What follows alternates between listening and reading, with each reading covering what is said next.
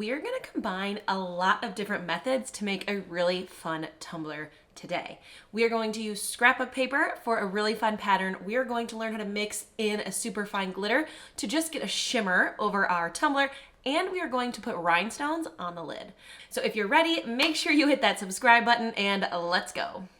So every tumbler needs to be prepped and then base coated. I am using the Misty Mauve base paint. It's a flippin' awesome paint from the CrystaLac Company. I'm doing it right on the stainless steel, which is fine. It will need a few coats over the stainless steel. If you start with a white base or universal gray, you'll be able to cut down and only do like 2 coats, just because it's easier to cover the white or gray versus the stainless. But either way, make sure you let each coat dry for 4 hours and then just keep going until you have the coverage that you want.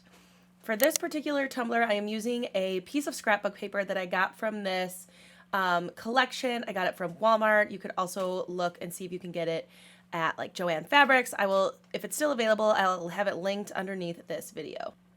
So many cute patterns in this bundle. I highly recommend if you do a lot of scrapbook paper tumblers or just scrapbooking in general. It's just a really cute bundle. Once you decide what paper you're going to use, you'll want to measure your tumbler. I'm just using a flexible tape measure, and it's generally about 9 3/8. That's what this one is, and your tumbler could be a little bit different.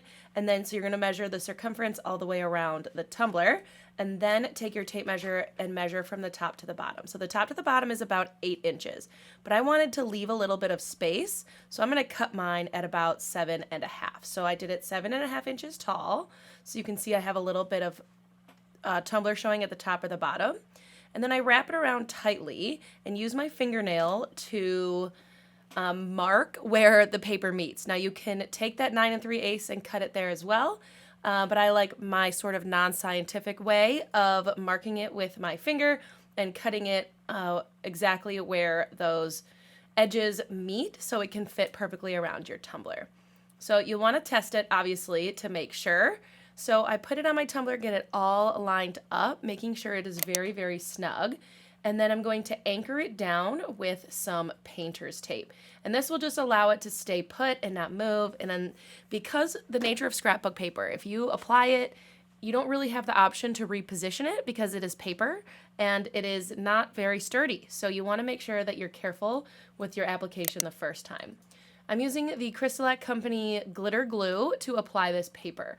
And I'm just using a regular paintbrush to brush out that glitter glue on just like, it's like most of the scrapbook paper, but not all of it. So it can get a good base down of this position and stay there. So I'm gonna go ahead and press that half down, take the tape off, and then glue the remaining piece that I didn't glue in that last step. So I'm just gonna take a little bit more glue, brush it out, so then I can get the whole piece of paper stuck down to the tumbler.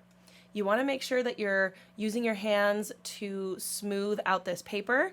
Any wrinkles are gonna show through when you add any of your glitter glue.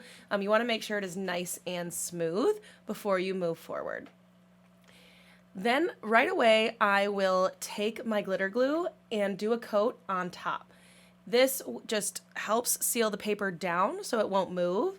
And then you're gonna actually let this dry for 2 hours and do 2 more coats of glitter glue on top of the paper. It is paper, and if you're gonna put Bright Tone or Grand Finale on this tumbler, you need to make sure it is protected from the water that's in there. So do 3 coats total over the top of your scrapbook paper. Make sure you let each coat dry for 2 hours. I decided I wanted to make this a little bit sparkly. I am using the CrystaLac Bright Tone for this and Souls, which is an epoxy additive from Painted Valley Designs, and I'm just going to mix it in really well. I'm using Bright Tone here, but you can use the Grand Finale. This video is just a little bit older, and Grand Finale didn't exist yet. So I'm going to then take my mixture and just apply it like I'm applying a normal coat of my Bright Tone, and it'll have that little bit of shimmer in it from the epoxy additive. You can see it here.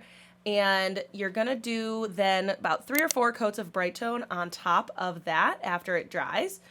It's not going to be fully smooth. Just the nature of how thin the CrystaLac products are, it will still need a few more coats on top of this layer. So I'm going to do about 3 coats of Bright Tone, waiting 4 hours in between each coat. And I'm going to do this like I'm doing a regular glitter tumbler. So after you do 3 coats, you can give it a light sand, and then you can add more. And depending on what you want to do with your tumbler, if you want to add vinyl, if you want to add more glitter, like it really depends on the direction that you're going. Just keep going until the next step of what you decide. I decided just to leave the tumbler like this. So after I sanded, I did 3 or 4 more coats of Bright Tone and left the main body of the tumbler like this, although vinyl strips would have been really cute as well, and a cute little decal. Then it came time for the lid, and I did prep this lid, so it is really important that you sand it first or use your crud cutter. I taped off the bottom, and I used the same base paint on the top of this lid. That way it is protected from any rust, or it'll just last longer because you have a good base down. And I did 2 coats of this Misty Mauve Flippin' Awesome paint. And once it was completely dry, I was ready to add my rhinestones. So this lid is a screw top from Craft Haven, and I'm using 2 different size stones from Glitzy Kreations. I use the super tight Fusion Tack glue in a needle nose bottle to put my glue down first, and then I will hand place every single stone around the lid. And that first row is really important. I am using 5mm stones around this top portion of the lid. There is a little bit of a lip, like you can kind of see that the depth changes a little bit. So the 5mm stones worked really well around this top edge, and then I actually skipped and kind of went right into that middle portion.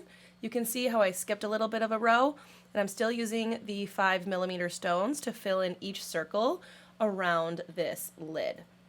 Now there's kind of a lip, so I did do 2 rows of stones where the cup kind of has that little bit of a divot, and I used 3mm stones for those 2 rows. They fit nicely, and it looks really good because the stones are the exact same color. They're just a little bit smaller. These ones did take a little bit longer because it's harder to place smaller stones, and as smaller of the stones you get, the more you have to place. So I just put them in between there, and I did 2 rows of stones to fill in the entire lid. Once you fill in the whole top of the lid, I went in on the edges. Now, the only 2 sizes that I had of this Bubblicious stones were 5mm and 3mm. I should have gotten the 4mm because 2 rows of the 4mm probably would have been perfect.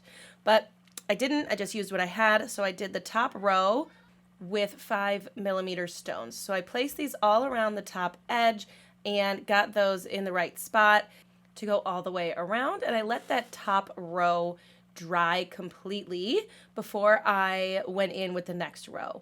So just keep going one by one, filling in this top row, and then you want those to be set before you go in with the bottom. And that second row, I didn't have enough room for another 5mm stone. Again, 2 rows of 4mm would probably fit this lid nicely, but what I did was remove the tape, and then I went in with the 3mm stone, and I just went all the way around the edge one more time so it could be completely full of stones.